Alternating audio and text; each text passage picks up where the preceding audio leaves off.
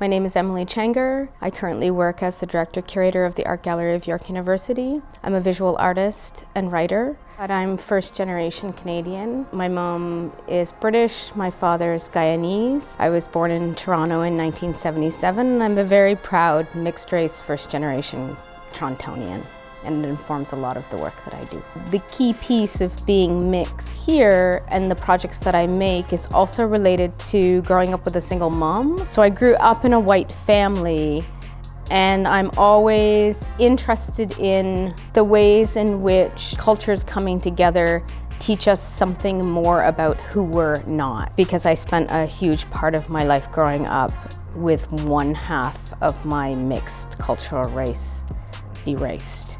Both sides of my family decided to come to Canada for different reasons. On the British side, it was, a random act of Britishness. They arrived in the 50s as probably what would constitute the kind of ideal immigrant of Canada. My father's family immigrated here in the 70s, as many Caribbean folks did, to follow a migratory path from the Caribbean.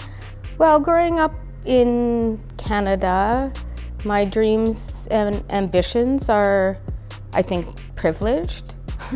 I could dream big for myself because I grew up in a country that enables me to do lots of things. There are many barriers, but in the grander scheme of placefulness in the world, I grew up in a very fortunate circumstance. So I'm going to turn this question a little bit because I also grew up very poor with a single mother in a very small town, and I was the only person of color in that town. There were all kinds of perceived and misperceived barriers that I faced growing up that, on the one hand could have felt limiting at times, where I was like, maybe I can't do the things that I want to do because other people made me feel that way. Certainly not my mother. I was also the first person in my family to go to university, and the first person that sort of pushed beyond an immigrant paradigm of the Canadian concept and context of a certain time. But I also dreamt big because of feeling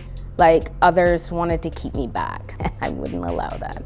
I think my expectations always change in relationship to my job or my career. I never intended to be a curator. I certainly didn't intend to be the director of a contemporary art gallery. I started out as a visual artist to make sense of the world from a creative position. As I navigated certain systems of power and privilege, I actually quite enjoyed being on the inside and fighting from the inside to dismantle the system. I get to a point where I'm surrounded by individuals and groups who work in a creative capacity, and I sometimes take that freedom of thought and inclusion and tolerance for granted, and inclusion doesn't exist in the whole entire world. By changing my expectations based on my encounters and my day-to-day experiences, it keeps my purpose and commitment alive. One of the most challenging situations I've faced is losing my mother. And it has nothing to do with the art world or my career, but it's very destabilizing, which speaks to, I think, the most challenging things for people and people of color and mixed people with single parentages is when you lose that person and the loneliness you feel again. Because we all do kind of feel lonely when we are navigating systems. Especially as minorities, because often we look around and there's not many of us out there sitting at the table.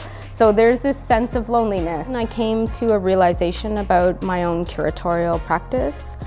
And I had been working with individuals and groups who have no natural affinity, and I'd worked for over 3 years of time to build solidarity. These projects would culminate in a sort of public performance or a civic ceremonial or a street procession. And I had a moment where I started to think about the difference between having a socially engaged curatorial practice and having a curatorially engaged civic and social approach to cultural work.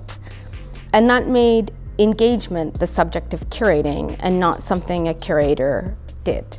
To my mind, what I was bringing together were civic structures, bureaucracies, alongside spoken word poets and rappers and the Mississaugas of the Credit First Nation and disability dancers. So I was very interested in the ways in which the curatorial set, that is the things that were engaged in the project, weren't just objects or people, but also entities and civic structures that were set alongside each other. As I started to think, not about outreach, but about inreach, and the ways in which different cultural protocols, different ways of working, different social economies came into the institution and transformed it from within. And I think it was a radical rethinking of the contemporary art gallery, in that there are so many things that a contemporary art gallery does, and they're very siloed and very particular modes of working that come from the system of contemporary art, but don't come from the public. My articulation from outreach to inreach is a bold move that was cheeky and not really understood at first, but that has made a significant impact. This quote, "I didn't come this far to only come this far," means that all of my work will always be future-oriented. I am very interested in the future visual culture of Toronto. My methodology of working has always been contribution to what would manifest and constitute the future visual culture of Toronto, which I believe is mixed. And my ways of working have always performatively articulated what it might take to work in relation. My projects are not a month long, they take like 3 years. So it is a very long period of time we spend together brokering each other's differences without negating them, finding strategies of relation that then mix. So all of the techniques and aesthetics and ways of working and cultural protocols are put on the table in working on these projects, and that's what we work through. We arrive at a hybridization of methodology and aesthetics. The process would be like the first aspect of this quote. The culmination of this project would be like the second aspect of this quote. What we're doing in both the process and the so-called product is really for the future. As someone who has always made this place the material of my work, engaging creatively with the place in which you live as an autobiographical form of belonging is totally worth pursuing. I think the more one takes up their milieu, the more the milieu becomes them. I mean, I can only really speak from the point of view of being a Torontonian and living in Toronto. People who come here should make the context of Toronto different for all Torontonians. And I think that creatively engaging with the materiality of the city, its culture and its people is absolutely a worthwhile thing to keep pushing at. And I've seen like real revolutionary change by individuals who have like really pushed that. My name is Emelie Chhangur.